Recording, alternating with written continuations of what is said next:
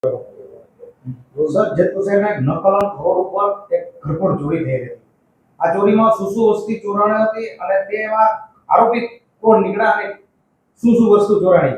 જેતપુર શહેરમાં થોડા દિવસો પહેલા એક ઘરફોડ ચોરીનો બનાવ બનેલ હતો, જેમાં એક જે ફરિયાદી છે એમના ઘરમાંથી સોના ચાંદીના દાગીના ગયેલ હતા અને થોડી ઘણી રોકડ હતી. એમ કરીને 1,77,000 જેવો મુદ્દામાલ ચોરીમાં ગયેલ હતો.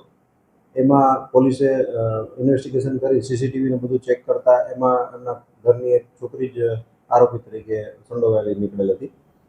આરોપી તરીકે જે છોકરી છે એનું નામ પૂનમ ઉર્ફે કુંડળી એવું કરીને બોલાવે છે, અને બાકીના એક એના કહેવાતા મિત્ર હિમાલય અને એક જે સોનીએ જેને એમના દાગીના લઈ અને બિલ વગરના દાગીના લઈ અને એનો ઢાળિયો બનાવી આપ્યો, જિગ્નેશભાઈ પાલા કરીને જુનાગઢના, એમને એરેસ્ટ કરવામાં આવે છે.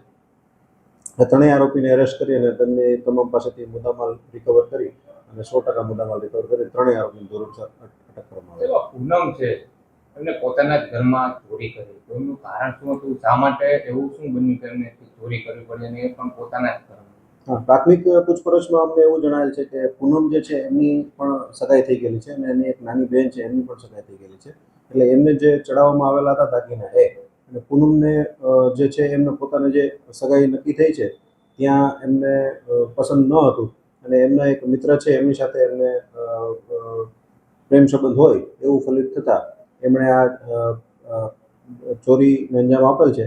અને એમની જે કબૂલાત છે એના આધારે એમનું કહેવામાં એમ છે કે જો ચોરીમાં મારું નામ આવે તો મારું છૂટું થઈ જાય, તો મારે પણ એ જ જોઈએ છે કે મારું આ જે સગાઈ છે છૂટું થઈ જાય અને મારો જે પ્રેમ સંબંધ છે એ ટકી જાય.